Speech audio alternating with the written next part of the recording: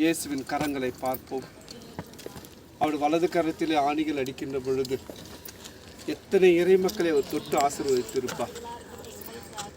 இடது கரத்திலே அவர் ஆணியிட்டு துணைத்த கரத்தை பார்ப்போம்.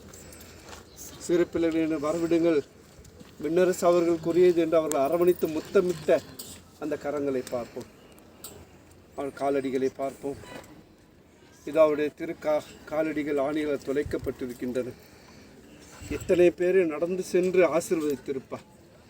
ஏழைகளை, எளியவர்களை, இறந்தவர்களை, முடக்குவாதமுற்றோரை, குருடரை, செவி கேட்காதவரை, ஊமையரை என்று எத்தனையோ நபரை அவர் சந்தித்து இருக்கின்றார். ஆனால் அவருடைய கரங்கள் இப்பொழுது ஆணிகளுக்குள் இருக்கப்பட்டிருக்கின்றன. இதோ நாம் ஆண்டவரத்தில் ஒப்பு கொடுப்போம். ஆண்டவரே, இந்த ஆணிகளிலிருந்து உமக்கு விடுதலை கிடைத்தது போன்று எங்களுடைய வாழ்க்கையும் பல ஆணிகளால் அடிக்கப்பட்டிருக்கின்றன. அவற்றில் எல்லாவற்றிலும் ஆண்டவரே எங்களுக்கு விடுதலை தாரும் என்று ஜெபிப்போம். இத்தனைய தடைகள், நோய்கள், நோக்காடுகள், பலவிதமான சிரமங்களிலிருந்து ஆண்டவர் நமக்கு விடுதலை தர வேண்டுமாய் ஜெபிப்போம். எங்கள் பேரில் தயவாயிரும் சுவாமி, எங்கள் பேரில் தயவாயிரும்.